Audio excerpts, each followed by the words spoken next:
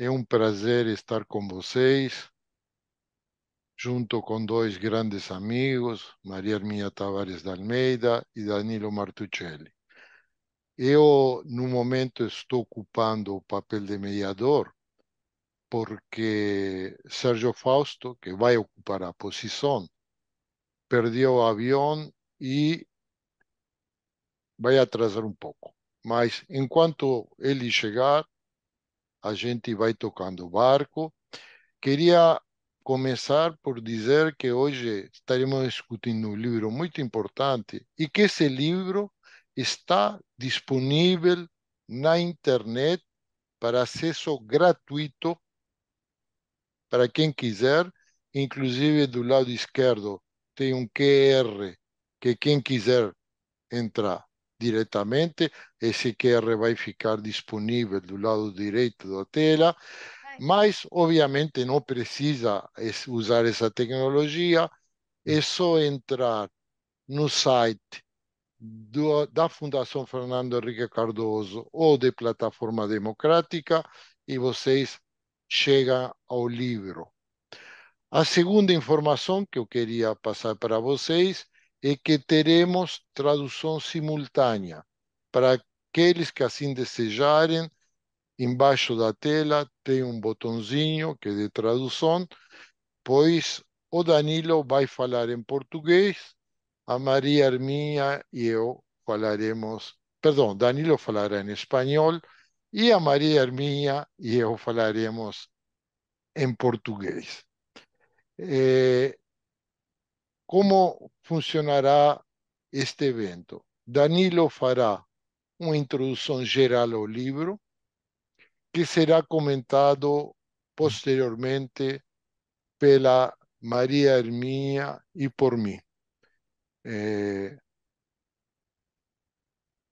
Nossos comentários, por sua vez, serão comentados pelo Danilo e quem quiser pode enviar perguntas pelo nosso chat, que o Sérgio, quando chegar, se não serei eu mesmo, transmitirei em particular ao Danilo e também a Maria Hermínia. E assim sendo, passo a palavra para o Danilo. Gracias, Bernardo, por la presentación. Muchas gracias sobre todo a Sergio Fausto y a Bernardo Sor nuevamente por tantos años de amistad y de complicidad intelectual. Gracias por haber decidido traducir este libro en portugués, tanto a la Fundación Fernando Enrique Cardoso como a Plataforma Democrática. Muchas gracias a Sergio Molina por la muy bella, hasta donde puedo juzgar, traducción que han hecho. Gracias a las revisoras del texto en la Fundación, Beatriz Kibnes y Laura Scott. Y gracias, por supuesto, a María Herminia Tavares y a ti mismo por haber aceptado pasar esta tarde conversando sobre este libro.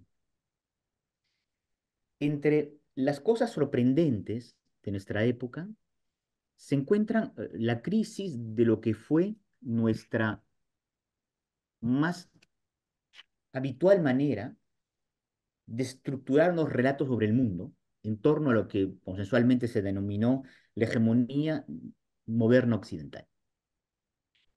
A causa de una serie de cambios, en los cuales la geopolítica ha tenido un rol decisivo, ese relato se encuentra hoy en día puesto en cuestión y voy a tratar de desarrollar las razones y los horizontes que esto abre. El mundo siempre había sido objeto de una serie de representaciones, mitos, religiones, cartografías, relatos. Pero cuando uno los piensa retrospectivamente, todas estas representaciones fueron en el fondo profundamente restringidas, sesgadas y parciales, incluso cuando fueron producidos por significativos imperios extensos, el Imperio Romano, el Imperio Sacro Romano, posteriormente siempre en el mundo occidental, la expansión del mundo árabe musulmán, la expansión mongol, el Imperio del Medio en China. Todas ellas fueron hegemonías comerciales y militares reducidas a una parte del mundo. Lo que cambió radicalmente con el advenimiento de la modernidad es que un tipo de civilización, gracias a una forma de innegable superioridad técnica, militar, económica, que se tradujo en términos políticos y culturales, se expandió por todo el planeta, produciendo una forma de homogeneidad que nunca se había conocido en los tiempos anteriores. Este relato, este gran relato de la modernidad occidental moderna, no puede ser más el nuestro por razones históricas y objetivas. Pero antes de abordar este problema, quisiera yo recordar muy rápidamente cuáles son los grandes lineamientos de esta gran narrativa. En primer lugar, la fecha de nacimiento de la modernidad. Debates fueron importantes, no vamos a entrar en los detalles. Para algunos esto se jugó en el Renacimiento, siglos XIV, XV. Para otros con la conquista y la invasión de América, siglo XVI. Para otros en el siglo XVIII, con aquello que el historiador británico Hobsbawm llamó las dos revoluciones, la francesa y la industrial. Ningún suspenso. En las ciencias sociales, masivamente, se impuso el siglo XVIII por un evento que ha sido el más significativo en la expansión, advenimiento de las sociedades modernas, que fue la revolución industrial, que introdujo, en base a la capacidad a controlar nuevas energías, nuevas formas de organización del trabajo, nuevas instituciones, un poderío civilizacional, un suplemento de poder con respecto a todas otras civilizaciones, como nunca antes se había conocido a lo largo de la historia. Y esto explica el fenómeno masivo de expansión que se produjo en torno a esta civilización en todas las regiones del mundo. Capitalismo, imperialismo, directamente por la colonización, dependencias, tutorados. A comienzos del siglo XX, una parte muy significativa del mundo se encontraba de una u otra manera integrada, anexada, articulada con la modernidad occidental.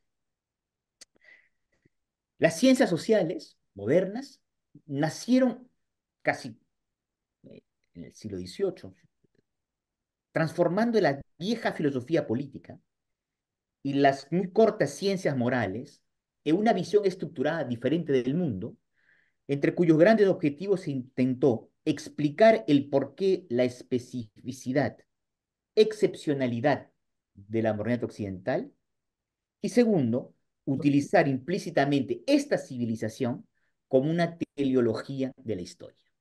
Así se contaron los hechos durante casi 2 siglos. Estaban los que estaban delante y los que estaban atrás, y el futuro de los que estaban detrás era el presente de los que estaban delante. ¿Cómo explicó este relato la superioridad occidental moderna?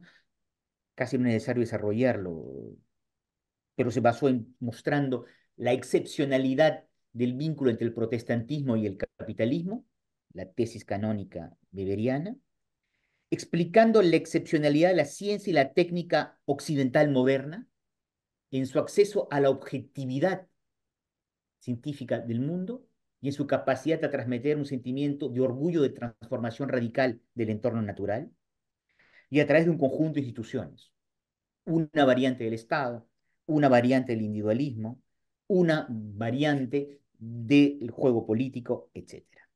Esto hizo que este relato terminó asentando la visión, durante mucho tiempo pareció una evidencia, que la modernidad era una civilización única, endógena, es decir, sus cambios se explicaban a través de dinámicas internas, que esta modernidad era superior a todas las otras, incluso con elementos racializados y de elogio del supremacismo blanco, y en fin, era en evidencia el retraso de todas las otras civilizaciones de la humanidad.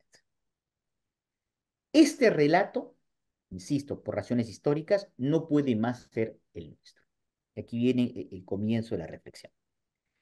Este relato hegemónico occidental moderno, ha sido cuestionado de dos grandes maneras. Primero, dentro del mundo académico, las ciencias sociales fueron produciendo, no es nuevo, pero fueron produciendo representaciones que fueron críticas, matices o bemoles, que durante mucho tiempo fueron poco audibles y que en la última mitad del siglo XX empezaron a convertirse en cada vez más temas de discusión. Y después, pero insistiré mucho más, por razones externas, ligadas a los cambios geopolíticos de la última cuarto del siglo XX.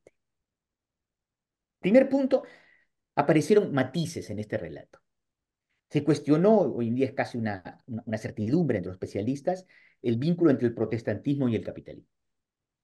Se sabe que geográficamente no es correcto, que las temporalidades no son las mismas, que el rol del catolicismo fue muy distinto y que otras religiones pudieron tener roles de funcionamientos funcionales equivalentes.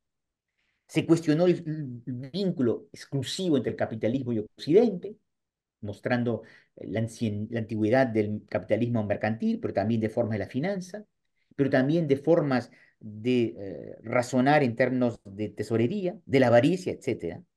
Se cuestionó la exclusividad del sistema mundo como una realidad capitalista, en contra de lo que afirmaron Braudel o Wallenstein. Se cuestionó no la especificidad, pero sí eh, el monopolio de la técnica y las ciencias modernas en tanto que acceso privilegiado a la objetividad del mundo, y se mostraron que existían muchas variantes del individualismo, con otros sesgos, en muchas partes del mundo. Todo esto no elimina la fuerza de la narrativa occidental moderna, pero complejizó cada uno de estos grandes factores, mostró que su confluencia tuvo aristas distintas según los países y sobre todo se cuestionó la idea de la excepcionalidad en beneficio de una noción de especificidad. La historia empezó a contarse de manera menos unilateral, menos arrogante, más plural. Pero este conjunto de trabajos internos a la academia, insisto, existen de hace varias décadas, pero que se volvieron cada vez más audibles en los últimos tiempos, se le añadió un segundo gran factor, este sí decisivo. Los cambios de la geopolítica de fines del siglo XX y primer cuarto del siglo XXI hicieron que radicalmente elementos fundamentales, los presupuestos fundamentales del relato occidental moderno empezaron a no poder más ser capaces de describir el mundo en su situación actual. Y esto da cuenta, creo yo, de dos grandes contrarrelatos que se produjeron en los últimos décadas. Uno fue un ayornamiento y el otro fue una crítica radical. Primero el ayornamiento, llamémoslo, presentemos por cuestión de tiempo, en torno a un solo ejemplo, las modernidades múltiples, asociadas en mucho a la obra de Eisenstadt y otros que prolongaron su esfuerzo. ¿Qué quiere decir esta tesis? En términos muy simples. Cuando el relato de la hegemonía occidental moderno estaba en vigor, decisivo, se hablaba de una modernidad y una sola vía de modernización. A la mediados del siglo XX, se aceptó que había una sola modernidad como teleología, la sociedad industrial moderna, pero varias vías potenciales de modernización. Capitalismo, comunismo, élites tercermundistas. Con las modernidades múltiples se cambió el razonamiento. Se aceptó que habían varias vías de modernización, pero que habían varias modernidades. Es decir, diferentes maneras de articular instituciones que daban cuenta de otros tipos de modernidades. A algunos les puede parecer un simple matiz, un cambio muy significativo.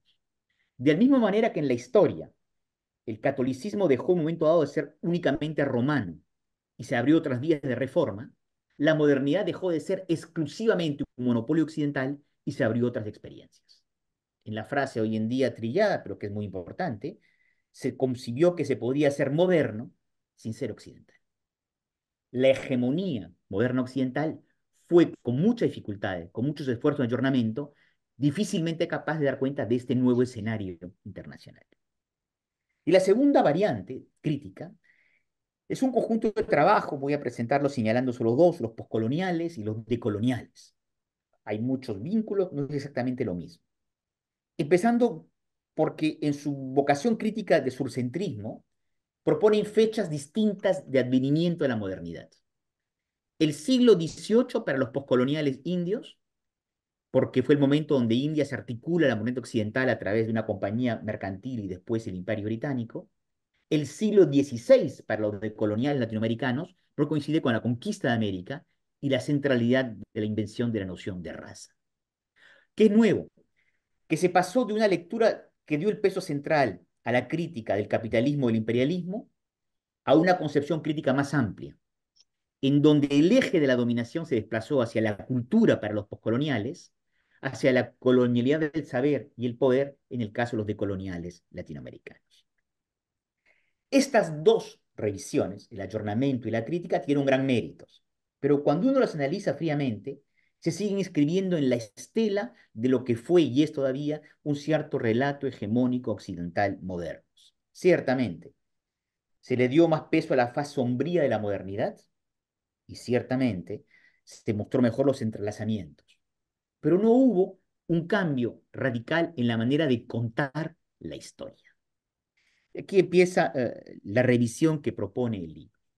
Retomo el título de la ponencia que los auspiciadores eligieron para esta conversación.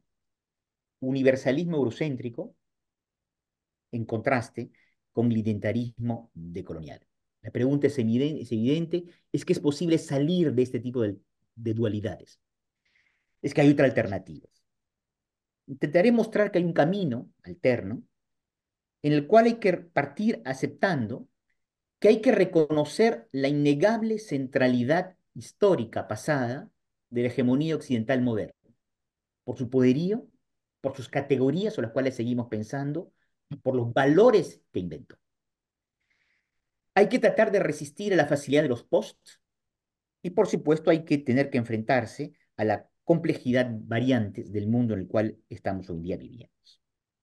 La propuesta del libro es partir revisando la historia desde un punto de vista particular, que fue el problema de lo que todavía se llamaba hace unas décadas el resto del mundo, es decir, los países que no formaban parte de ese pequeño puñado de países, en realidad en su núcleo duro solo cuatro, Estados Unidos, Francia, Reino Unido y Alemania, que se anexaron el monopolio de enunciación de la modernidad occidental. Y mostrar que en el resto del mundo, las élites decimonónicas, por doquier, tuvieron una clara conciencia de dos imperativos. El primero era la necesidad de una puesta al día industrial para preservar la independencia nacional, y la segunda fue la necesidad imperativa de preservar la autenticidad cultural. El problema es que el relato hegemónico occidental moderno denegó ambas posibilidades y que históricamente, siglo XIX, buena parte del siglo XX, ni los persas, ni los rusos, ni los indios, ni los árabes, ni los chinos y los latinoamericanos lograron producir esta síntesis entre la puesta al día industrial y la autenticidad cultural. Fue una o la otra, o no fue ni una ni la otra.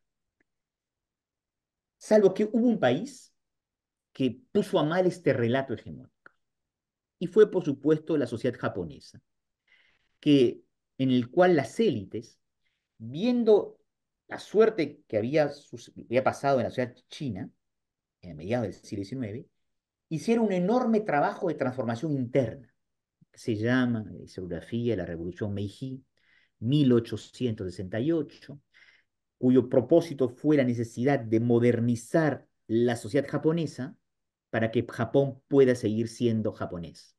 No fue una occidentalización, fue una vía de modernización para no tener que someterse a la occidentalización, lo cual abrió a muy ingentes debates identitarios entre el niponismo y la occidentalización.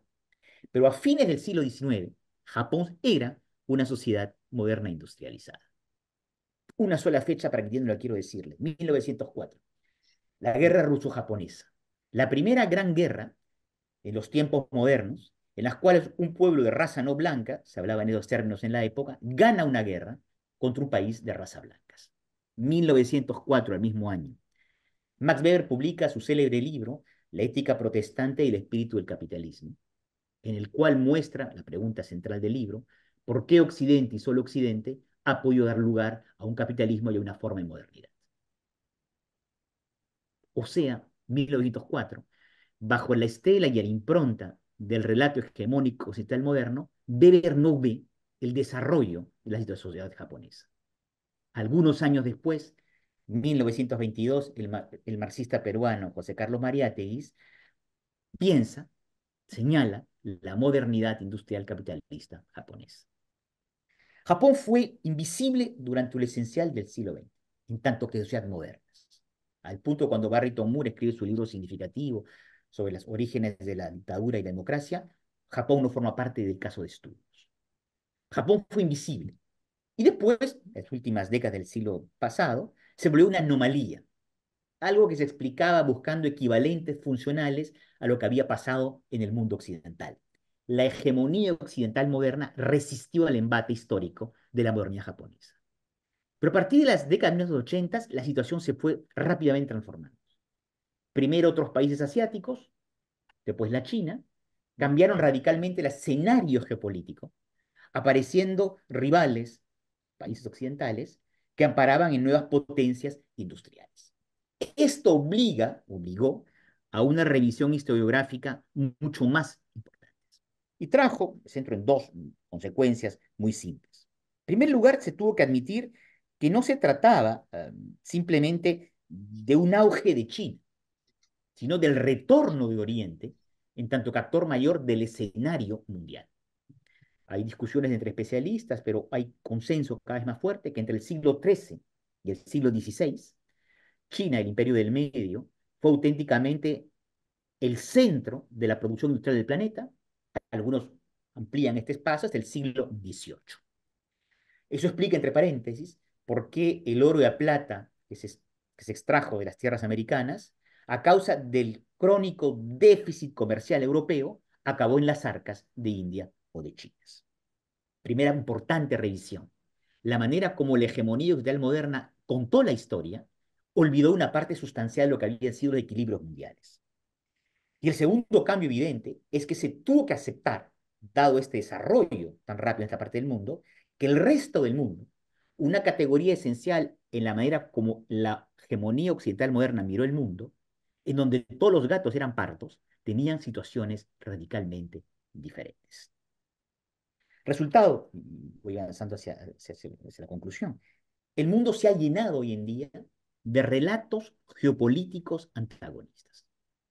Tal vez el que empezó las hostilidades fue ese libro que tuvo un éxito planetario de Huntington, El choque de las civilizaciones a comienzos del año 90, que acompañaba la nueva fase de globalización expansiva occidental estadounidense. Pero hay muchos otros. Existe el relato del jihad del islamismo integral, existe el relato del asiatismo como valores alternos del occidente, existe el relato que hoy en día muchos intelectuales, ideólogos chinos producen, en el cual la historia del mundo se desarrolla en una China que es inmune a toda otra forma de influencia, una civilización milenaria que siempre es la misma, que sufrió una turbulencia histórica entre 1750 y 2050. En esa turbulencia histórica duró 3 siglos, donde China dejó de ser el centro del mundo, que los occidentales llaman la modernidad, y que en realidad ese paréntesis está cerrando y vamos a entrar a una nueva fase de milenios de centralidad china. Este mundo de relatos geopolíticos en conflicto se refleja en diferentes organizaciones internacionales que intentan producir desde las instituciones mundiales una nueva representación del mundo. Para los científicos sociales, el problema es tratar de trabajar promoviendo lo que es posible, primero el problema, tomar conciencia de lo que esto implica, y después, sobre todo, tratar de producir elementos de reflexión que permitan reescribir una narrativa mínimamente consensual. Lo que propone el libro en este punto es tomar 3 elementos que me parecen que son expandibles y presentes en todas partes del mundo y que permiten dar cuenta de la diferencia de situaciones en el planeta hoy en día. Primero, el industrialismo. La noción es muy fea, va más allá que la sola industria. Quiere decir que hay un sistema de producción, de innovación, de investigación, desarrollo, asociado a la tercera o cuarta revolución industrial, la digital o la inteligencia artificial, un proyecto de transformación profunda de la sociedad, de la naturaleza y de la cultura, que hoy en día define, como hace 2 siglos y medio, el corazón del poderío de una civilización. Y eso que durante mucho tiempo fue un monopolio de un tipo de civilización, hoy en día es compartido por algunas otras espacios civilizacionales. Y esto hace que las tecnociencias sea el verdadero lenguaje dominante de nuestra época. Es decir, más que el inglés, los gobiernos del mundo, sobre todo los más avanzados, hablan todos el idioma de las tecnociencias. y es muy visible en los acuerdos en torno al cambio climático o a la gestión de la pandemia del COVID-19. Segundo elemento fundamental, vimos el retorno de las civilizaciones. ¿Qué quiere decir eso?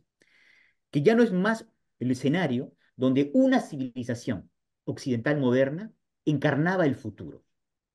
Los debates que se abren son necesariamente más abiertos, más complejos, más difíciles. No hay más manera de zanjar con la coartada del futuro las discusiones. No se apuesta más en el mundo donde se creyó que el fin de la historia estaba asegurada por las instituciones liberales republicanas democráticas. Aparecen debates nuevos sobre la democracia y el autoritarismo, sobre el liberalismo, sobre la universalidad de derechos humanos, donde se confrontan las virtudes confucianas contra los derechos occidentales. En breve, el mundo se llena de debates extremadamente álgidos, porque no está más la posibilidad de zanjarlos con la idea de que el occidente moderno fundaba necesariamente el futuro de las historias. Algo que, entre paréntesis, muchos intelectuales occidentales penan todavía en comprender. Y el tercer elemento fundamental es que en el mundo entero se han producido por diversos procesos fenómenos de desencajamiento, deslocamiento, propuso en su tradición Sergio Molina. Es decir, hay una ruptura en todas partes del mundo entre lo objetivo y lo subjetivo.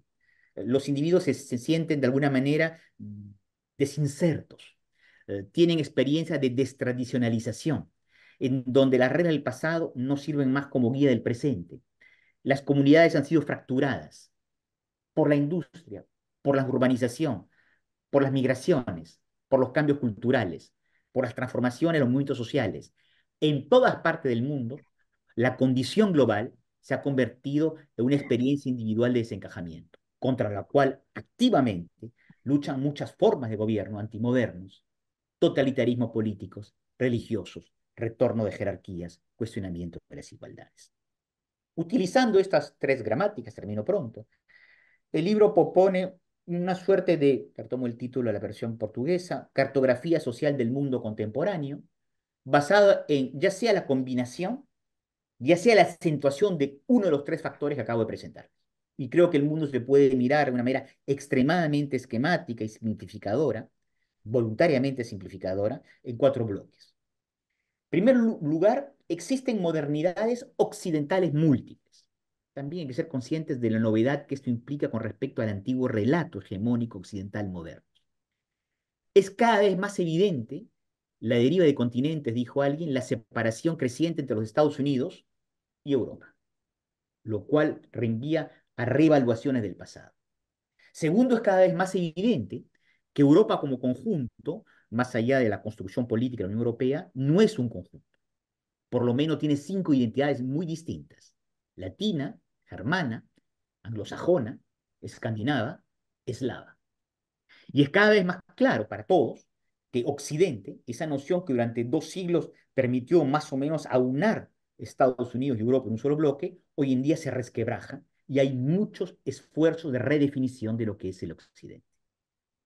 Segundo bloque son los países que se han tenido exitosas puestas al día. Insisto, sin este cambio geopolítico, Japón, sudeste asiático, Corea del Sur, China, por supuesto, nada de lo que hemos estado conversando esta tarde habría podido producirse. El terremoto fue absolutamente radical. Y esto hace, por supuesto, que es probable que este desarrollo de sociedades, con el poderío que están asentando, mañana llevarán a nuevas maneras de producción de categorías sociológicas y sociales y nuevas categorías en la comprensión de fenómenos colectivos. Y, por supuesto, nuevos ideales de vida política. El tercer bloque son los péndulos civilizatorios. Creo que eso caracteriza en mucho los casi 3 siglos de historia de vínculo con la modernidad difícil de Rusia, de India, los países árabes musulmanes, cada uno con situaciones distintas, cada uno variando en el tiempo, pero siempre marcados por una atracción, repulsión, amor, odio con la modernidad, donde hay actores que defienden la tradición y actores de la modernización. Y por último, el caso latinoamericano, pero tal vez regresaremos en la conversación, que en realidad es el momento donde lo que más marca esa situación moderna es un sentimiento de desencajamientos, que creo que es común al África subsahariana, con un rol central en las ciudades en este proceso de militarización, Y en América Latina la cultura, en donde después de haber tenido formas fallidas de modernización política en el siglo XIX, económica truncas en el siglo XX, hoy día vivimos una asombrosa y exitosa modernización cultural en América Latina. Y ustedes podrían, tomando estos ejemplos, entender por qué hay trabajos sobre la modernización en el mundo de las potencias industriales nuevas, porque hay trabajos postcoloniales en India y porque hay estudios de coloniales en América Latina. Concluyo en 2 minutos. En el prefacio que Bernardo y Sergio escribieron para la edición portuguesa, señala muy bien, haciendo referencia a la obra de Fernando Enrique Cardoso, que no se puede hacer a un cierto nivel sociología sin dialogar con la historia y con las geopolíticas. Algunos lo han hecho, creo yo, necesariamente con malos resultados. Pero este diálogo con la historia y sobre todo con las geopolíticas, hoy en día tiene que hacerse tomando en cuenta desafíos muy significativos. En primer lugar, es un error abolir la historia pasada de las sociedades modernas, pretendiendo que nunca existieron o que nunca hubo esa hegemonía. Esa hegemonía fue central en términos de poderío, fue central en la construcción de categorías, insisto, con las cuales pensamos, sigue siendo significativo como horizonte de ideales, en términos a una concepción de la igualdad, a una concepción de la libertad, a una concepción de la democracia, a una concepción del individualismo. En segundo lugar, es absolutamente indispensable producir al mismo tiempo narrativas adecuadas a la diversidad del mundo, pero tratando de resistir el peligro de la fragmentación, a la balcanización de las representaciones colectivas. Y tercer lugar, tal vez parece más banal, pero es igual de significativo, creo yo, tenemos no que liberarnos de una filosofía de la historia, la cual creo yo definitivamente hemos roto, sino la manera como hay teleologías históricas que se infiltran en nuestros razonamientos. Uno es hoy en día particularmente vigente: la idea de ciclos de la historia y del paso inminente de la Pax Americana a la Pax China. O si ustedes prefieren, la idea de que vivimos en un interregno y que lo viejo tarda en perecer y lo nuevo demora en nacer. Es probable, porque la contingencia estructura el desarrollo de la vida humana en las sociedades, que lo nuevo nunca nazca. Termino una frase. El mundo está lleno de conflictos de geopolíticas narrativas que tienen sus ideologías y sus razones de ser. En este mundo álgido de combates, de representaciones, las ciencias sociales tienen cada vez más que reafirmar su vocación primera, que es aquello que los filósofos, historiadores, poetas siempre hicieron a lo largo de la historia humana, que consiste en comprender a los otros, comprenderse con los otros. Muchas gracias. Muchísimas gracias a ti, Danilo, por la clase, ¿no? Cuando escucho español, comienzo a hablar español. Muito obrigado para você, Danilo. Realmente fue una aula excelente, brillante, como siempre. Nossos comentários, eu certamente vou ver se a Maria Hermínia também puder, ocupará menos tempo, né, para deixar algum espaço para a rodada final. Antes de pasar a palavra para Maria Hermínia, queria dizer minhas desculpas, como não estava preparado para ser o mediador, e não ter feito uma apresentação formal, tanto do Danilo como a Maria Hermínia, mas eu suponho, tenho certeza, de que as pessoas que estão nos ouvindo têm noção, né, da obra acadêmica de ambos e do afeto que a Fundação Fernando Henrique tem por eles e que com a qual eles sempre colaboraram. Então, achei quase que, estando entre amigos, não precisava entrar em formalidades. Mas, de todas formas, fica indicado essa carência na apresentação e passo a palavra para Maria Arminha. Bom, boa tarde. Eu queria começar por agradecer esse convite. Eu sou uma fã de carteirinha do Danilo há muito tempo, sou uma leitora do Danilo, dos trabalhos do Danilo há muito tempo, e é um enorme prazer conhecê-lo hoje, ainda que seja dessa forma remota, né? De toda maneira, agora eu vi o seu rosto, ouvi a sua voz, é diferente de conhecê-lo por escrito. É um prazer também aqui estar na Fundação. A Fundação é uma espécie de casa para mim, né?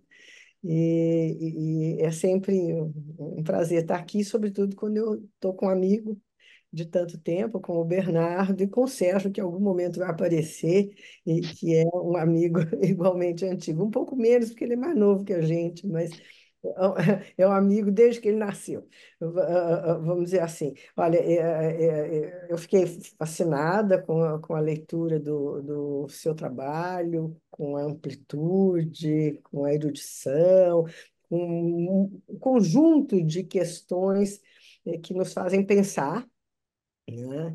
E eu seguramente ainda não digeri tudo isso que eu li muito recentemente, então você tome os meus comentários como algo muito preliminar, né? E também como começo de uma conversa que eu espero que a gente continue tendo por muito tempo. Aos que estão aqui nos ouvindo, eu recomendo muito fortemente a leitura do livro. Todos vão se beneficiar enormemente, vão aprender muita coisa e, sobretudo, vão ser espicaçados, né? Vão ser estimulados a pensar, a sair das suas formas de pensar, a sair das suas caixas, né? E dizer, será? É isso? E voltar a pensar coisas que pareciam estar bem estabelecidas na nossa cabeça. Mas, então, eu vou levantar algumas questões, ah, simplesmente para a gente conversar. E eu confesso que eu não tenho nenhuma segurança do que eu vou dizer aqui. Mas, Danilo, eu, estando completamente de acordo com a sua ideia, vamos dizer assim, das múltiplas modernidades, né? Eu acho que quando você está tratando delas, sobretudo da modernidade ocidental, eu acho que a ênfase está muito mais em discutir esta ideia de que existe um caminho único, vamos dizer assim, de capitalismo e, portanto, um caminho único de construção do que seja uma sociedade moderna. Mas eu estou de acordo com você que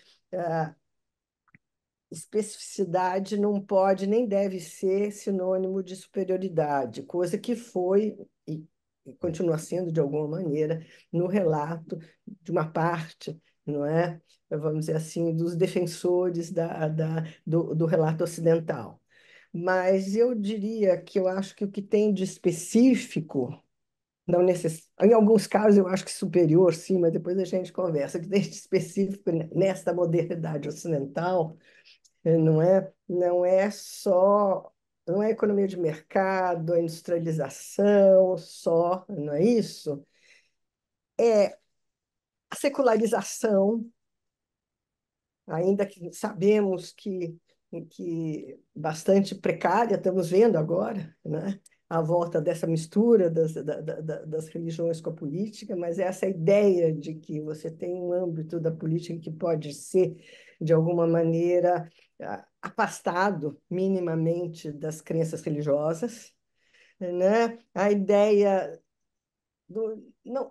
não só do individualismo, mas do indivíduo como portador de direitos, né? E de direitos que são iguais, ou seja, a ideia de que né, um indivíduo cidadão é igual aos outros nos direitos, a ideia das liberdades, né, individuais e a ideia da democracia. Nós sabemos que, se você for olhar historicamente, isso não veio num pacote, né? Isso foi sendo construído, inclusive, em situações de forma contingente, ou seja, não estava tudo, não está tudo ali contido no liberalismo, em Locke, ou seja, lá em Adam Smith, que a democracia foi a última dimensão desse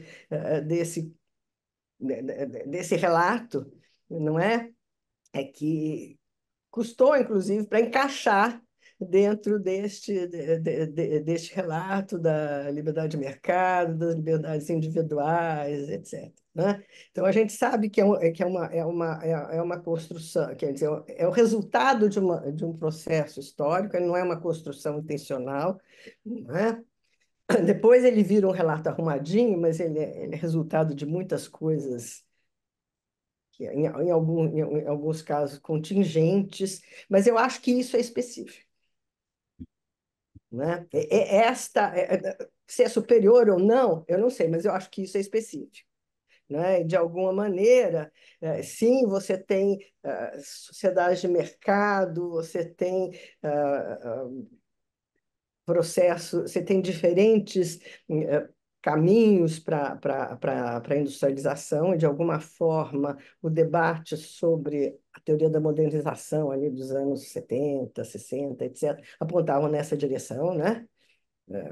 Desde o Barrington Moore, a teoria do Fernando Henrique Cardoso, o Gerschenkron, quando está pensando nos estilos de modernização, etc., tá certo? Enfim, você tem diferentes maneiras de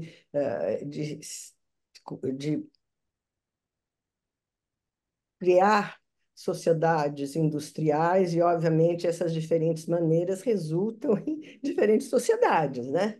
Em diferentes vínculos sociais, etc. Certo? Ah, é óbvio, quando a gente olha com mais cuidado, o seu estudo sobre o Japão é fantástico, né? Quando você olha com mais cuidado as sociedades, as nações, sociedades que se industrializaram fora do mundo ocidental, por trás daquela racionalidade capitalista que parece igual. Nossa, tem alguma coisa segurando aquilo que não é a nossa racionalidade, né? O Japão, você vai, a primeira vez que você vai ao Japão, você entende isso. Tem uma coisa diferente ali, sustentando algo que parece muito parecido, de resto, com os países do Ocidente. Sobretudo, você vai lá para o Sul, os edifícios, tudo muito parecido. De repente, você olha ali, tem uma sociedade completamente diferente fazendo aquilo funcionar. Eu não conheço bem a Índia, mas eu acho que a lógica é mais ou menos a mesma e imagino que a China seja assim também. Então, você tem sociedades industriais, tem processos de industrialização que produzem sociedades diferentes, que são suportadas, né, são alicerçadas, vamos dizer assim, né, em culturas diferentes. Agora, eu tenho muita dificuldade. Sou relativista até um certo ponto, eu tenho muita dificuldade. Que a única coisa que não encaixou aí na sociedade, nessas sociedades que fizeram esse caminho diferente foram as liberdades individuais e a democracia, né? Este produto não está lá. E é difícil de estar lá. Pelo menos não está lá até agora, né? O problema do Barrington Moore, no fundo, era esse. Por que certos caminhos do capitalismo dão em democracia, outros caminhos do capitalismo... Mesmo que você não concorde com a análise dele, o problema era esse. Por que certos caminhos para o desenvolvimento capitalista industrial dão em democracia e outros dão em autoritarismo, né? Então, eu acho que esta especificidade do Ocidente eu tenho muita dificuldade de abrir mão. Né?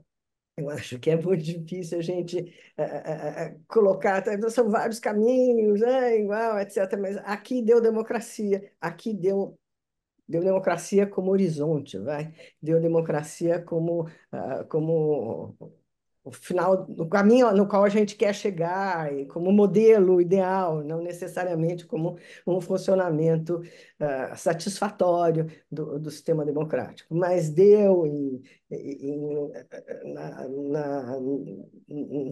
nas liberdades individuais, no reconhecimento dos direitos humanos, etc. Então, eu acho que isso é complicado, eu acho que é complicado dizer que não foi, que não tem uma especificidade aí, entender por que que deu, etc. Aí é uma outra coisa. A segunda questão é que no debate sobre universalismo e especificidade, a defesa da especificidade cultural, da identidade cultural, etc., até um certo momento, pelo menos, ela foi feita em chave conservadora. Era isso que os conservadores do século XIX estavam dizendo, né? Quer dizer, esse negócio aí de indivíduo, liberdade, não sei o quê. Isso não dá, tem as nossas tradições, tem a nossa cultura, né? Tem, vamos dizer assim, o espírito nacional, tem uma série de outras coisas. Como lidar com a incorporação necessária do reconhecimento da especificidade, da, da, da das diferenças culturais que são muito mais resistentes, vamos dizer assim, né, à uniformização do que alguns defensores do modelo ocidental podem imaginar, etc. Mas como lidar com esta ideia sem perder de alguma maneira, o que o universalismo tem de bom, e que é isso, nós somos todos indivíduos, né? E, portanto, somos titulares, né, de alguns direitos, etc. Então, eu acho que tem como pensar a especificidade sem pensar numa chave conservadora. Né? Eu acho que essas são as duas questões que eu gostaria. Eu tenho muitas questões, mas essas são as duas questões que eu gostaria de discutir com você. Eu só conto uma história. Quando eu li o Huntington pela primeira vez, eu fiquei indignada porque nós não estávamos no Ocidente, né? E quando ele fala na crise das civilizações, tem ali o norte, né? Ocidental, enfim, os outros que são ameaças aos nossos valores, etc. E a América Latina é uma civilização diferente. E eu fiquei muito indignada, porque eu disse, eu me sinto o extremo ocidente, tá certo? Ocidente diferente, mas eu continuo me achando parte do extremo ocidente nesse sentido desta tradição que eu acho que vale a pena preservar e que deu várias coisas, inclusive abriu a possibilidade da discussão identitária, que não tem também em nenhum outro lugar, né? Da discussão do reconhecimento da diferença, etc., que não tem em nenhuma outra civilização. Você tem que partir da ideia de que somos todos iguais para poder reconhecer que o diferente existe. Se você partir de que são todos diferentes, a sua diferença, para mim, vai ser uma coisa mais difícil de aceitar. É isso, mas muito obrigada pelo livro, pela oportunidade de conversar com você. Muito obrigado, Maria Arminha. Eu vou ser até mais, mais curto na minha apresentação para dar o tempo, né, já que temos um tempo para permanecer online. Eu queria fazer alguns poucos comentários, mas antes, lembrar que o Danilo tem uma vasta obra que merece e deve ser consultada. Aliás, no último livro que a Fundação acaba de publicar, que é Nacionalismo e Democracia na Europa e no Brasil, tem um artigo excelente do Danilo que dá uma visão ampla de história latino-americana. Então, aconselho aqueles interessados também em ler. Eu também me permitiria dizer que o Danilo é um exemplo de por que a gente tem que permanecer aberto para a América Latina, né? Nossa tendência de olhar pouco para a região nos empobrece e eu acho que a obra do Danilo é um belo exemplo de por que temos que manter esse diálogo sempre aberto, né?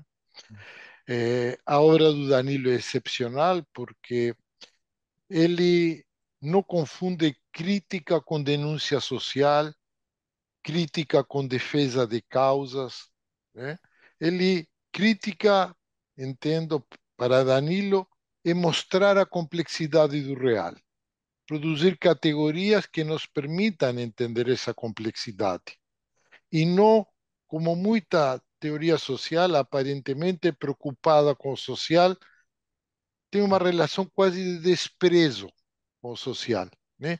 Aceita o que gosta e deixa de lado e não considera o que não gosta, né? O social, a primeira coisa é entender que ele é rico, tá? É vital em todas as suas partes, mesmo com aquelas que a gente não gosta tanto, eventualmente, mas que o papel do cientista social é compreender, né?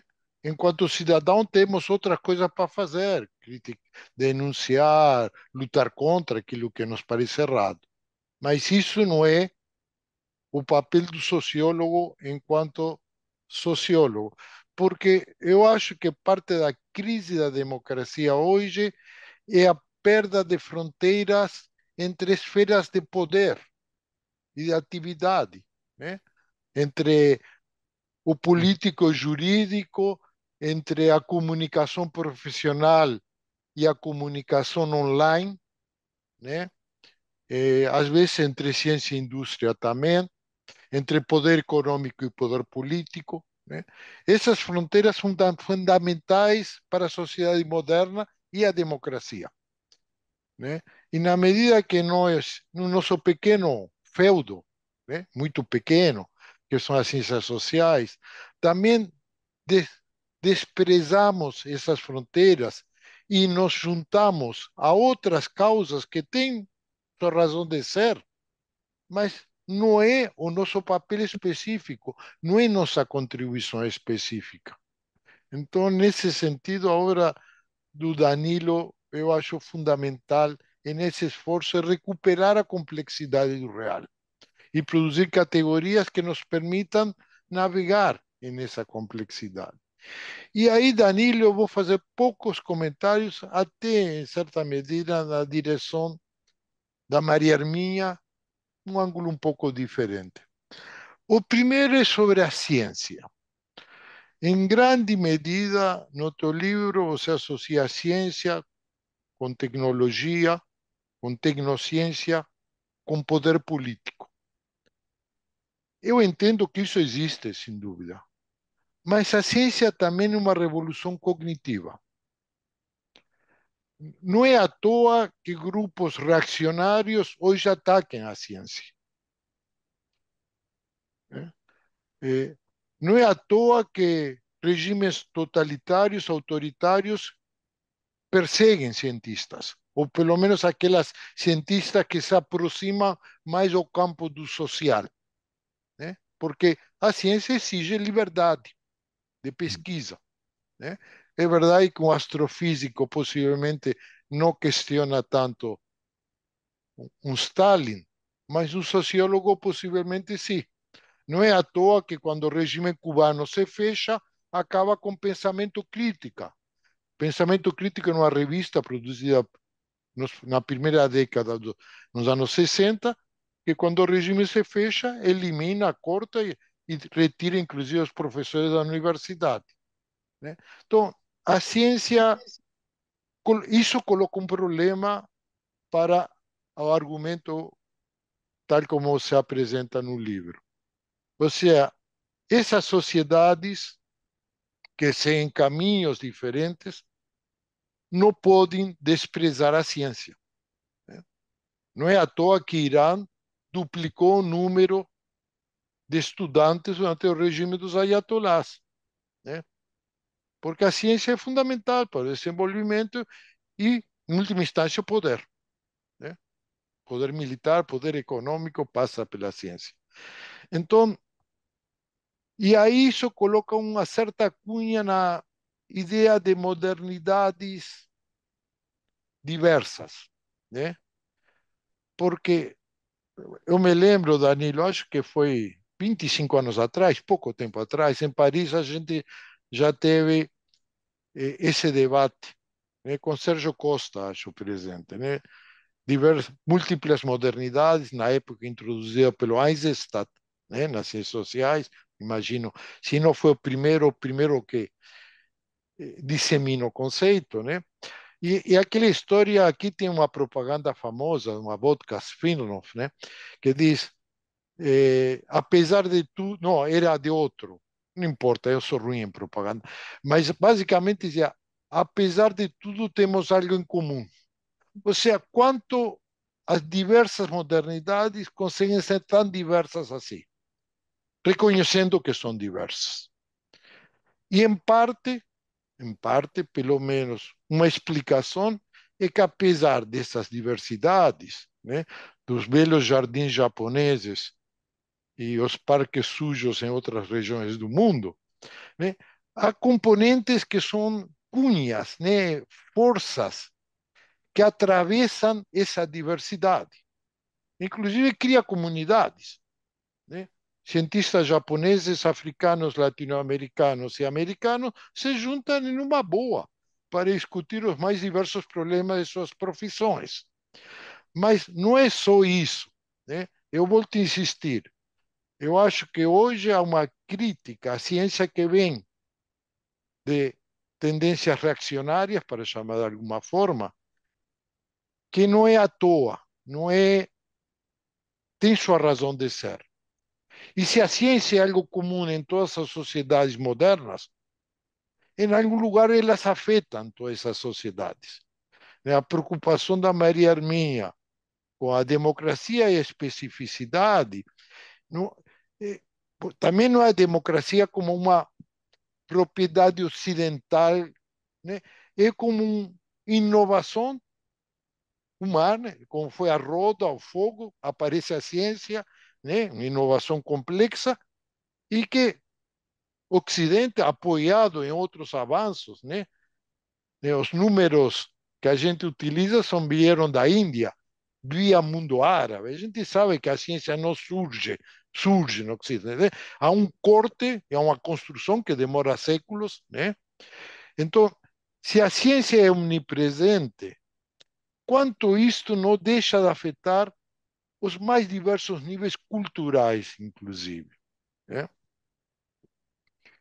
E aí sim, em uma linha que acredito no, é próxima da Maria Hermínea e que eu tenho certeza que você normativamente não discordaria, que, que é, há essa diversidade, mas é nessa diversidade é tudo somente e puramente uma questão de poder no sentido duro da palavra, ou há o fato de que uma dessas inovações, no caso, pensamento científico, que traz, de alguma forma, como exigência, um nível de liberdade, de pensar, de curiosidade, de abertura para o mundo, atravessa todo mundo, inclusive os decoloniais mais fanáticos, no, anticoloniais, pós-coloniais, como você chamar, todos, você sentava com Quijano e por mais que de pensamento e os saberes, ele não falava em nome de uma cosmogênia inca, né? Ele falava estava no campo da reunião de cientistas sociais, cientistas sociais, né? Então, esse ponto eu acho importante, porque o risco de não enfatizar isso é você levar, pelo menos, setores que atuam nas ciências sociais a estar, de fato, não em forma expressa e, possivelmente, e não consciente, do outro lado, né? A entrar no discurso reaccionário, né? No qual possivelmente estaria em companhias pouco agradáveis e que não teria espaço para eles, em caso eles se transformem em um projeto político viável, né? Então, essa é a primeira. A segunda tema, e com isso vou parando, é o tema da modernidade. Você coloca claramente no teu texto, e é corretíssimo, a modernidade foi a chave utilizada pela ciência social para entender o mundo, né? E é verdade, e é correto. A pergunta que eu me faço e é uma pergunta sincera, aberta e não tenho resposta, obviamente, por isso eu quero ouvir tua resposta em particular. É a modernidade, ela também é histórica. Será histórica como foi tudo na história humana, tudo vira história.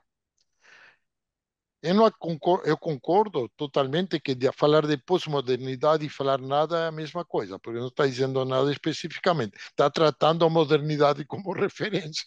Então não está como a turma que fala de pós-capitalismo. Me fala o que é e a gente discute. Né?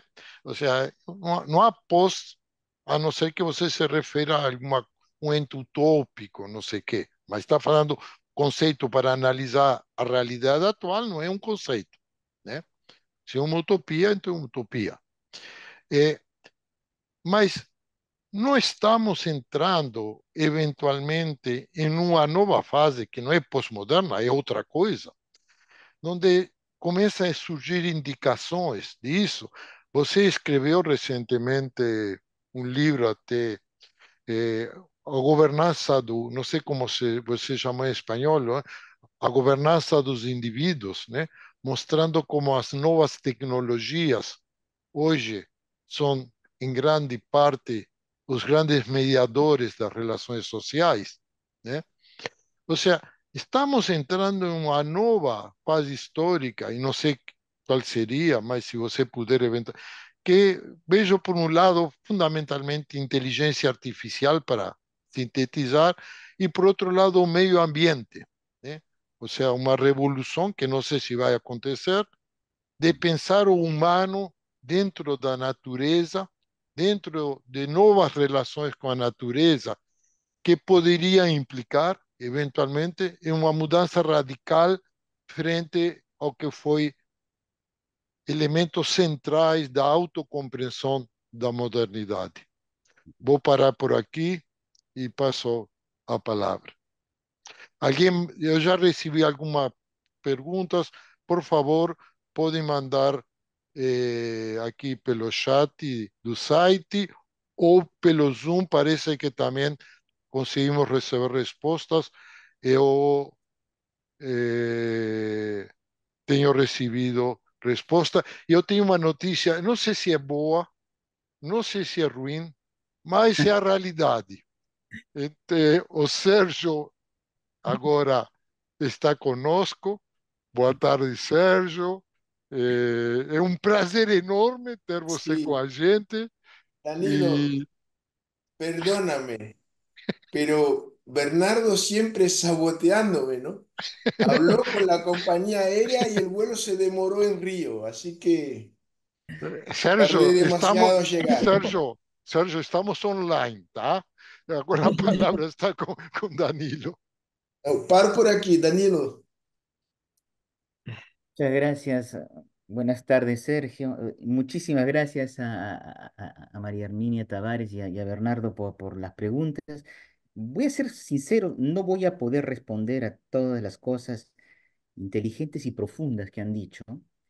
Y en parte también es porque, curiosamente, nuestras, no son desacuerdo, pero nuestras acentuaciones diversas son tanto más difíciles que son matices sobre puntos de vista que coincidimos los tres. Y aquí viene la dificultad porque son cosas que son casi milimétricas, pero que implican ciertas diferencias. Voy a tratar de dar orientaciones a las preguntas que han formulado. Pienso por la de Mario Arminio.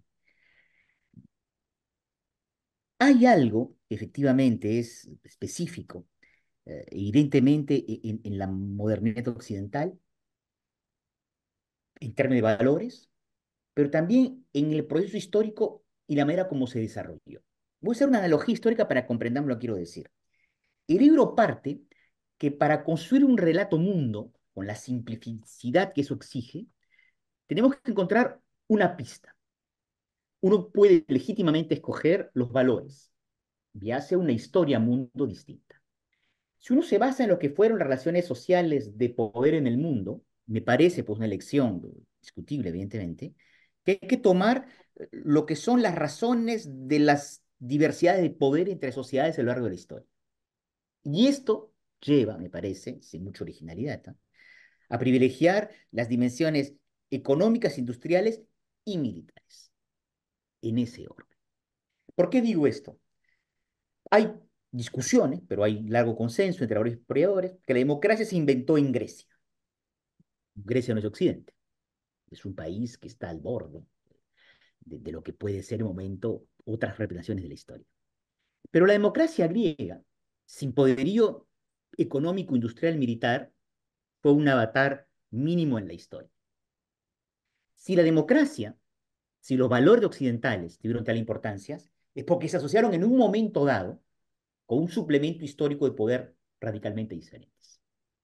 Sin ese diferencial de poder, los valores occidentales, igualdad, libertad, individualismo, democracia, hasta el momento, no habrían tenido, creo yo, la irradiación que han tenido. Entonces no se trata de negar una cosa a la otra.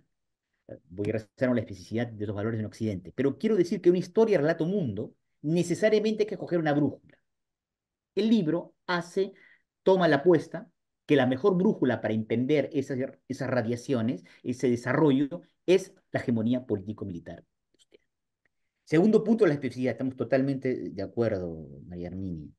Eh, Hay una innegable especificidad de los docentes occidentales. Dijiste algunos temas: secularización, el individuo, libertades, la contingencia, la democracia. Profundamente de acuerdo. Yo diría que si hay una sola que es radicalmente distinta, porque no se dio en ninguna otra sociedad antes, con una claridad absoluta, es la idea de que las sociedades tienen que pensarse en función del pleno desarrollo de cada uno de los individuos. Esto es la gran valor de Occidente. En toda la historia de la humanidad, la concepción era que el todo primaba sobre las individualidades. Occidente, los liberales, la revolución, la democracia, la libertad, derechos humanos, un proceso largo, inventa esto. Esto es una invención, es radicalmente distinto. Por supuesto que nunca se puede ir hasta el final en este razonamiento, pero funda una concepción distinta del ser conjunto. Y estamos profundamente de acuerdo en eso. Pero aquí viene el equilibrio. En estos grandes imaginarios, en los dos grandes imaginarios de la civilización occidental, el capitalismo y la democracia, cuando uno hace relato mundo, por razones de geopolítica, creo que hay que privilegiar el capitalismo y todas sus declinaciones, y de dónde viene, es decir, el poder económico, industrial y militar, sin negar en absoluto la especificidad distintiva que el Occidente tuvo a la hora de inventar esta primacía de lo individual con respecto a lo colectivo. ¿Por qué digo esto que me parece más fundamental y diferente de Occidente con otras sociedades? Porque hubieron experiencias de democracia en otros periodos, porque, reservo un momento, la ciencia no fue, bueno, el conocimiento del mundo natural no fue una especialidad occidental, hay que ver dónde están las cosas occidentales, y porque creo que en muchos temas vamos a encontrar que existen diferencias. En este punto, en la primacía del individuo con respecto al grupo, la idea como enuncia la Declaración de Independencia en Estados Unidos, la posibilidad de los individuos de buscar la felicidad en el mundo individual, eso sí es algo absolutamente distintivo. Y totalmente de acuerdo con María Herminia, es algo fundamental en el mundo de hoy y que hace que en un momento dado, esa experiencia que fue inventada en un momento de la historia particular se volvió un valor retomado por muchas personas. Y aquí un pequeño bemol, pero estoy seguro que estaremos de acuerdo. No existen sociedades democráticas en la historia. Existen sociedades en vía de democratización. No es una cosa a la otra, se aproximan más o menos, ninguna puede ser radicalmente democráticas. Esto hace que estos dinámicos de valor sean dinámicos. Es decir, un horizonte, como lo dijiste muy bien, María Arminia, no solamente una realidad interpretada. Entonces, estamos totalmente de acuerdo, hay una especificidad. El problema es que esa especificidad en un momento dado se convirtió en una razón del mundo, bajo hegemonía occidental moderna, y que hoy en día deja de serlo.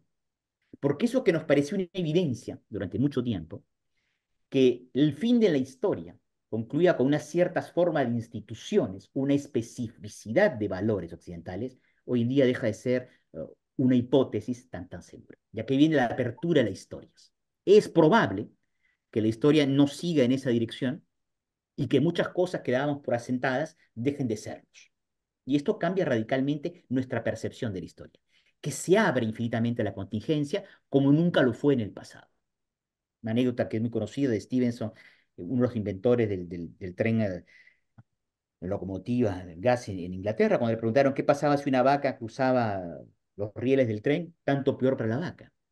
Hoy día sabemos que las cosas son más complejas y eso cambia radicalmente nuestra percepción de la historia. Y el segundo comentario que hiciste, Mayermina, muy importante sobre la universalidad como horizonte, me parece extremadamente fundamental porque tienes razón, por supuesto.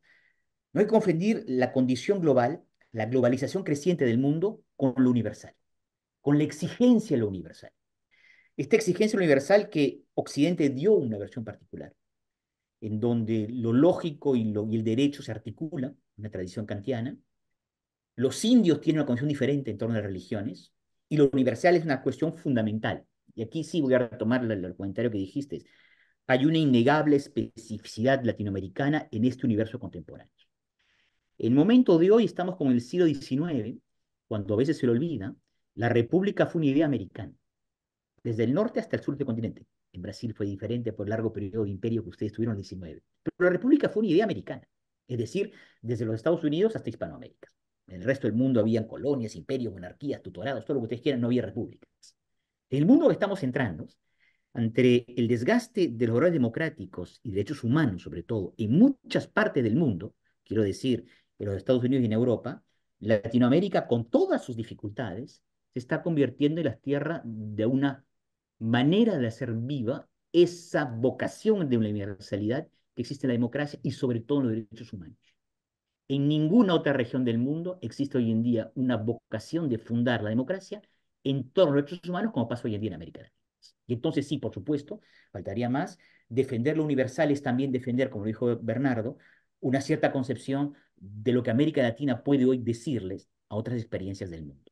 Porque a diferencia de zonas asiáticas o de África subsaharianas, e incluso de espacios enormes en Europa, que nunca tuvieron tradiciones democráticas, América Latina tiene una accidentada, pero muy consistente tradición democrática hace más de 2 siglos.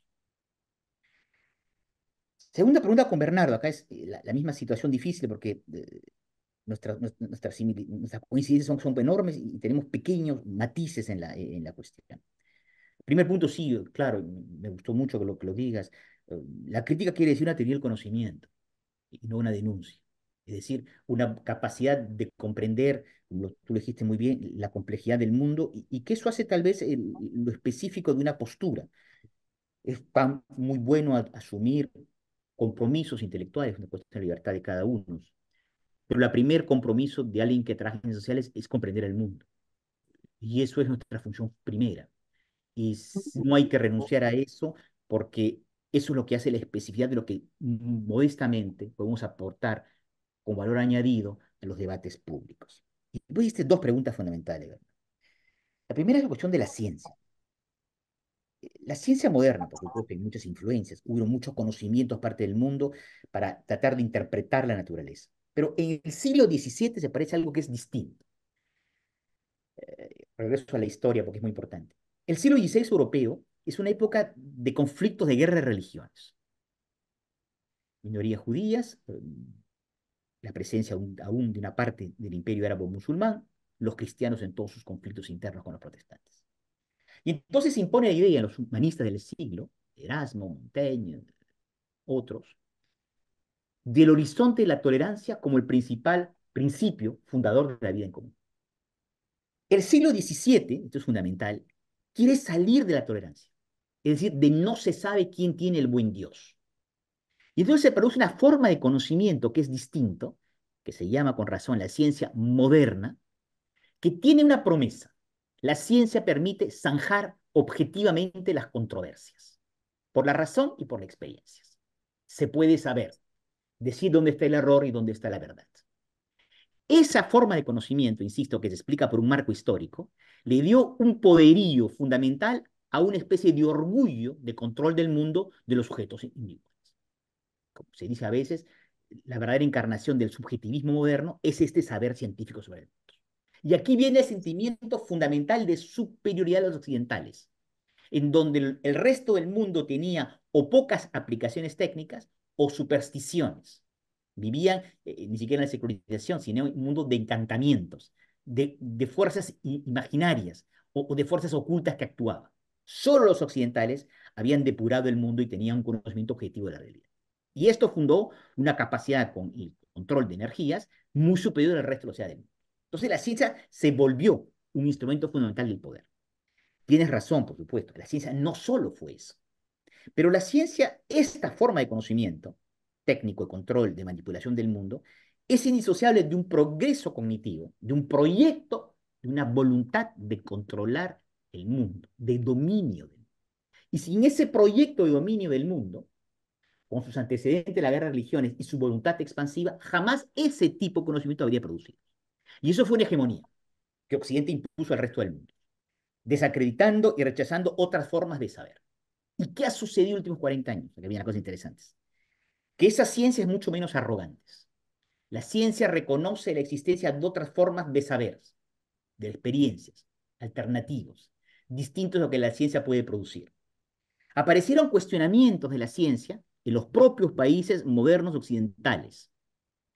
Aparecieron el reconocimiento de otras formas de conocimientos y de la posibilidad de otras formas de poblar el mundo. Aparecieron incluso un conocimiento crítico, en sentido noble del término, sobre la manera como se aplicó la ciencia durante 2 siglos, con las consecuencias ecológicas que estamos viendo hoy en día. Entonces, la ciencia como valor se volvió objeto de discusión. Y tienes profundamente razón, Bernardo. Una de las grandes, diría tal vez de las más grandes debates de nuestra época, es que cualquiera que había sido la fuerza de desacuerdos políticos ante el siglo XIX y XX, la ciencia era lo que calmaba todos los debates. Era, en última instancia, el tribunal supremo de las discusiones en la Tierra. La ciencia está dejando de serlo hoy en día. Y es posible, en base al desarrollo de los individualismos contemporáneos, atacar a las ciencias, ponerla en jaque, ponerla en cuestión. Y esta es una gran novedad. Dijiste el ejemplo de regímenes totalitarios que atacaron a la ciencia. Claro, pero atacaron en sus consecuencias o en su línea de producción, en sus ideologías, pero no lo que era el corazón de las representaciones científicas que se daban del mundo. Eso es lo que está sucediendo en el mundo de hoy con los cuestionamientos de ontologías múltiples o de conocimientos múltiples. Y un mundo donde la ciencia deja de ser el lenguaje que nos permite zanjar controversias, es un mundo que entra evidentemente en un espacio de diálogo extremadamente abrupto. La otra pregunta, Bernardo, es igual de compleja y difícil, voy a decirlo de manera la más condensada posible. Ojalá que no, porque comparto los sentimientos de María Hermínia y de los tuyos, pero es probable que hayamos empezado a vivir, en todo caso, con una fuerza que jamás hubo en los últimos 3 siglos, el fin de la modernidad. Es decir, de esa sociedad que aseguró la primacía de lo individual sobre los todos colectivos, de esa sociedad que fundamentó la idea de una ruptura decisiva entre lo humano y sus entornos sociales, naturales y culturales. Hoy en día eso está puesto en cuestión, de múltiples maneras. Y existe, lo dijiste con tu propia manera, el riesgo que eso dé lugar a una especie de fin de lo humano, el fin de esta ruptura fundadora de la modernidad, entre una inteligencia artificial que piensa la propia superación del humano por un lado, y una inserción en el medio ambiente que se cambia, en donde ya no se trata más de dominar la naturaleza para adaptar lo humano, sino de transformar lo humano para adaptarlo a los desafíos del mundo natural. Y sí, hoy en día, de manera más radical que los totalitarismos del siglo XX, sociedades cerradas, es ese proyecto de apertura de la modernidad que está en cuestión. Y tal vez estamos comenzando a vivir el fin de lo que fue esa civilización moderna, cuya principal encarnación fue la hegemonía occidental moderna, y que probablemente estemos transitando en otra forma de sociedad, que se va a volver a cerrar y que se volverá a construir en torno a una nueva totalidad, que será una mezcla, muy probablemente, si uno cree las tendencias más peligrosas del mundo de hoy, de una totalidad técnica o una totalidad naturaleza. Pero me quedo con lo esencial.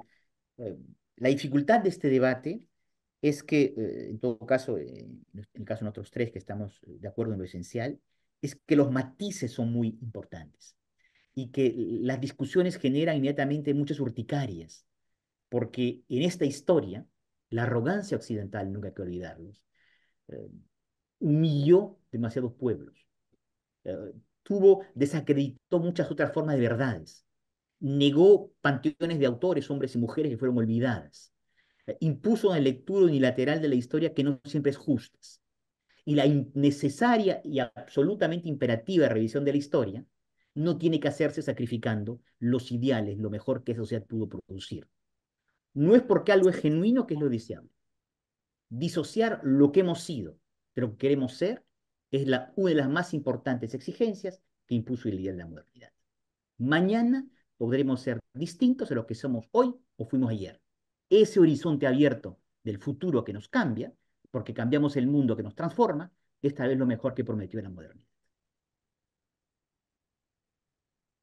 Eh, Bernardo, temos questão de ordem. Temos duas perguntas vindas do público. É a hora de apresentar. Você que está no controle, eu cheguei atrasado e me submeto à sua liderança. É hora de eh, apresentá-las. Como é que você quer conduzir? podemos pasar, temos pouco tempo, eu acho que podemos sintetizar as perguntas que temos pela frente, né? E aí a gente faz um rápido percurso, Maria Hermínia, Bernardo e Danilo para fechar, tá bom? Tá muito bem. Na verdade, são duas perguntas.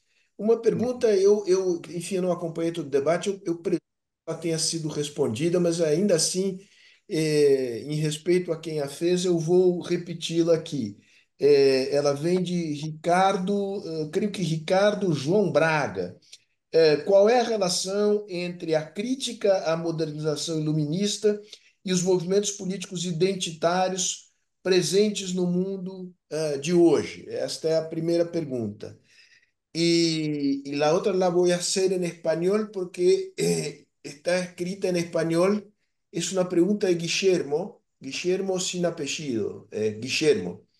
Occidente es internamente contradictorio en sus principios. En otras sociedades hay conflictos internos, pero por tensiones entre mantener lo propio y adoptar lo ajeno. Pero este es distinto de las tensiones estrictamente internas. ¿Es así o hay que desechar esta especificidad occidental? Muito bem. Então, Maria Hermínia, Bernardo e fechamos com Danilo. Então, se tem alguma coisa para comentar o que falou Danilo, Eu tenho, mas seria impróprio porque eu cheguei Eu, atrasado. eu, eu cedo o meu espaço para o Sérgio, eu falei bastante, né? Na É um comentário, um comentário breve, mas que procura ressaltar o seguinte: a ideia de que, pelo menos no campo das ciências humanas, Daniel, a ideia de que havia no século XIX, no século XX, uma espécie, digamos, de tribunal da razão, em que é capaz de dirimir todas as controvérsias e zanjar todas as controvérsias, me parece uma simplificação. Porque a produção das ciências humanas é uma produção bastante plural.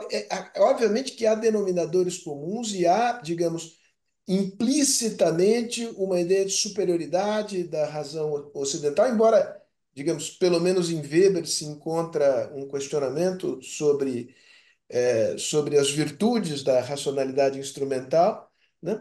Mas toda a discussão entre o funcionalismo e o marxismo, entre o historicismo, isso tem repercussões não apenas no plano da ciência, mas no plano das opções políticas. Então, eu fiquei com a sensação que você faz uma espécie de tábula rasa de um universo que é um universo mais rico e mais plural. é, tá, é uma, eu gostaria muito de convidar todos vocês para comer uma pizza e seguir discutindo, né? Porque os temas, como muito bem indica Danilo, são matizes, mas não somente matizes, são um poliedro que tem lados diferentes. E a gente enfatiza. Eu só gostaria de enfatizar, porque sou sobre isso, né? Eh, Primeiro, a ciência é um projeto de controle de poder, certamente é. Aí eu diria, mas quem não é? Tem algum projeto ontológico que, de alguma forma, não se constitui ao mesmo tempo em saberes organizados e controlados? E pega as grandes religiões, aí sobra, né? Os exemplos. Então, porque parte da crítica à ciência hoje é muito controle da natureza, poder, né? Essa visão que começaria no século XVII, frente, né, quando a gente sabe, como bom leitor da Bíblia, que na Bíblia o controle da natureza está logo no capítulo 3, né? Ou seja, aí, então é Ocidente. Espera aí, cara pálida, a Bíblia não é Ocidente, é Oriente Médio. E lá no canto direito, cresce a discute, mas a Bíblia não passa por aí, né? Então, de repente, a Bíblia passa a ser parte do Ocidente, parte da maluquice dessa crítica ao Ocidente, inclui a Bíblia. Que se a Grécia, eu concordo contigo, né? É questionável, com certeza. Imagina a Bíblia, pô, lá dos desertos do Oriente Médio, né? Então, eh, se construiu, você menciona, ou seja, o que me preocupa, eu acho que você é generoso, como sempre você é, eu não tenho essa abertura com essas críticas, né? Que criam um anti-Ocidente que essencializa tanto esse anti-Ocidente como os ocidentais essencializavam o Ocidente, né? Ou seja, Ocidente, algo separado do mundo, de repente tem outras culturas que, imaculadas antes do toque ocidental, né? Você, no teu livro, que eu acho brilhante e interessante, você mostra que elementos de individualismo, de conhecimentos, de poder políticos de formas diversas, estão presentes em todas as sociedades. Então, de repente, na crítica a Ocidente se essencializa outras culturas que, obviamente, foram tão abertas a influências mais diversas. Mas eu volto ao ponto que eu gostaria de enfatizar, porque teu livro é tão rico, trata de tantos temas, que a ciência certamente foi parte de um, isso pode, mas é muito mais que um projeto de poder. Ele exigiu transformações sociais profundas, né? Dificilmente vos parte da componente da secularização passa pela marginalização crescente da igreja no controle da produção do saber, de definir o que é certo, o que é errado. Ou seja, a ciência, inclusive através dos cientistas que procuram defender seu, sua corporação, mas não é só interesses estreitos, não é uma visão de mundo, né? E não é à toa que muitos de protestos, não é a única razão, surgem, né, em regimes fechados, em regimes autoritários, bem do mundo acadêmico. Ou seja, o mundo, a ciência é também esse projeto poder historicamente, mas tem uma dinâmica de produção de sociabilidade, de visão de mundo, que vai além do elemento puramente de poder. Exige, né, curiosidade, exige individualização, né? Exige uma certa liberdade de expressão, ainda que seja em journals, né? Ou seja, esse, e, e você vê isso claramente nas universidades chinesas, onde tem mais abertura, ou no Irã, ou fecha, né? Quando o regime não aguenta, fecha pelo menos aquelas áreas que produzem mais incômodos. Ou seja, a ciência, eu quero dizer que, e por último, eu acho que é verdade o que você comenta sobre crítica à ciência, mas eu diferenciaria entre diferentes tipos de crítica à ciência. Porque hoje a crítica mais importante que se faz à ciência, que vem do mundo do ambientalismo, da ecologia, é feita em nome da ciência. Claro. Ninguém viu até hoje camada do ozônio. Ninguém viu. Fala de conceitos produzidos pela ciência e, em nome da ciência, que se produz uma visão renovada do saber científico e da procura de alternativas, mas que tem como fundamento o poder, que é muito diferente de um terraplanista ou coisas parecidas, né? Voy a tratar también imposible responder a los argumentos, los temas de unos y otros. Voy a tratar de simplemente centrarme en dos cosas, tratando de no olvidar nada. Empiezo con lo de Bernardo.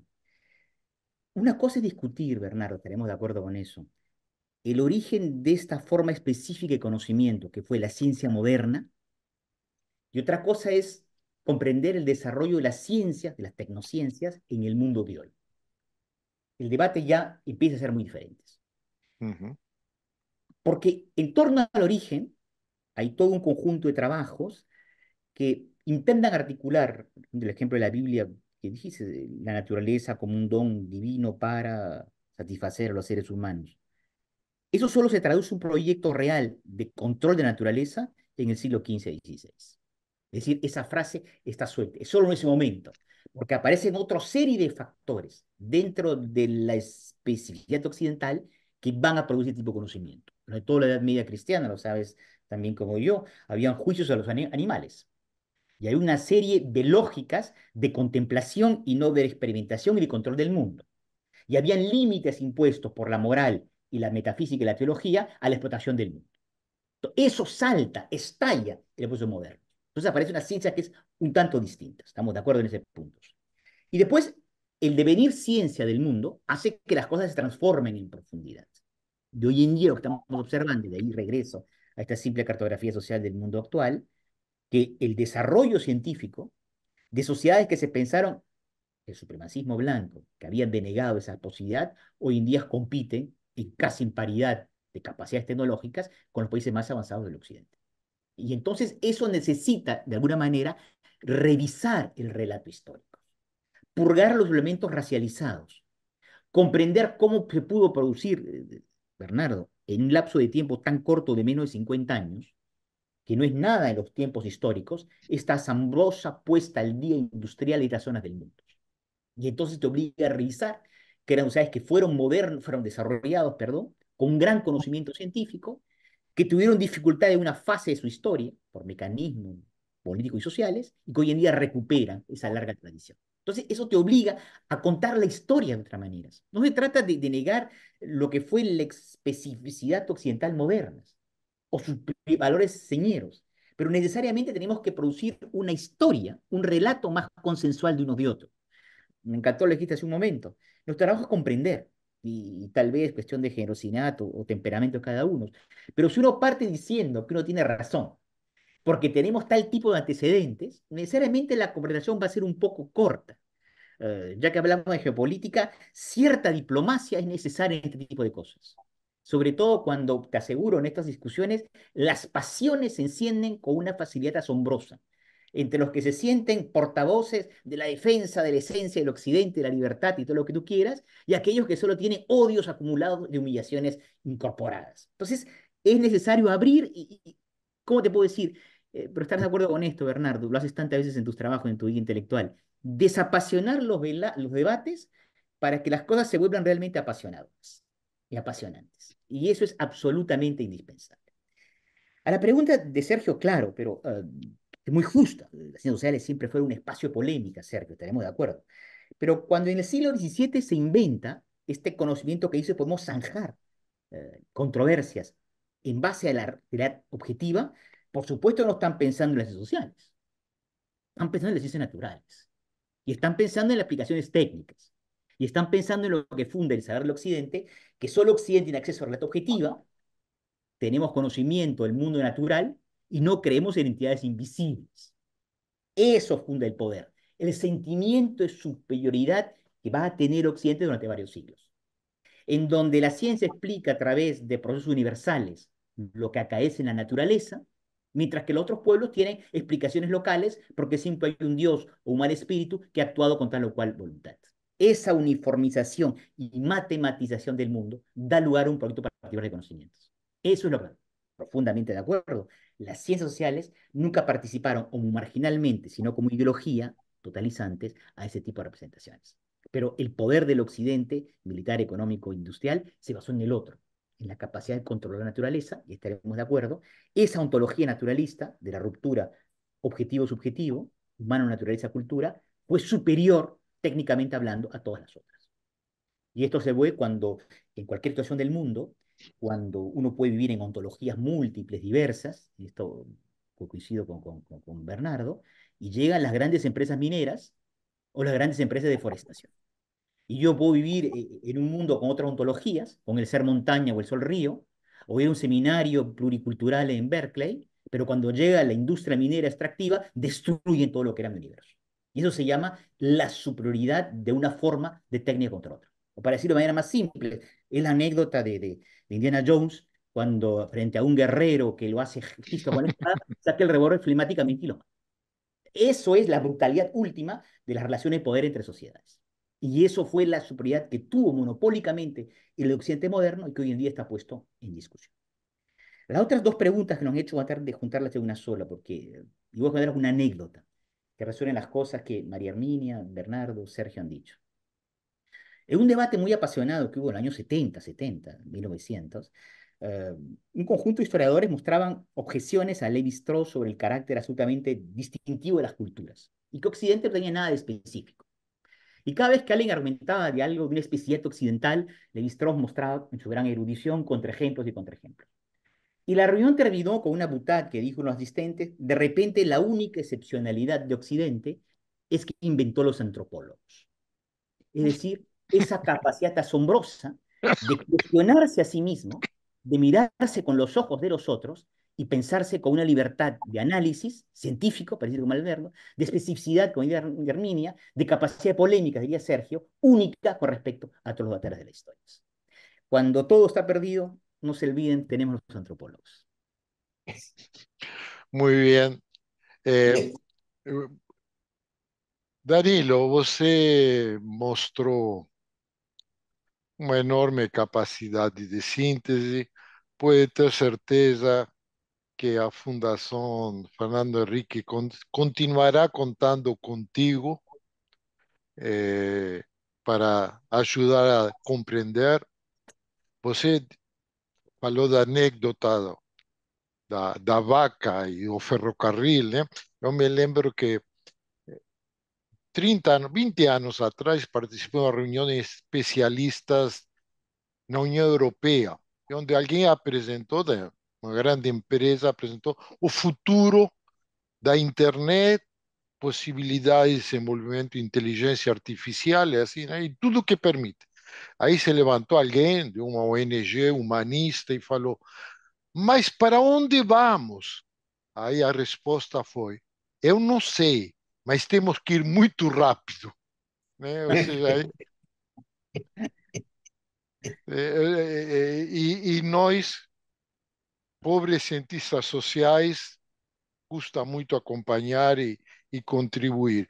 E você certamente será sempre uma das pessoas com a qual contaremos para nos acompanhar nesse esforço de contribuir, aí sim, eu já diria normativamente, para que esse futuro esteja minimamente matizado por valores nos quais nós acreditamos. Eu queria novamente agradecer a Maria Arminha, ao Danilo e ao Sérgio por ter se integrado, ainda que tarde, né? Mas valeu, Sérgio. O Obrigado a agradecimento todos. honesto dele é por eu ter me atrasado. Não, mas, gente, eu estou aprendendo a fazer política graças ao Sérgio, né? Então eu agradeço a vocês todos e espero vê-los prontamente em outras oportunidades. Uma boa noite a todos aqueles que estão nos ouvindo Grande abraço. e que nos ouvirão no futuro, porque este seminário será logo postado nas redes da Fundação.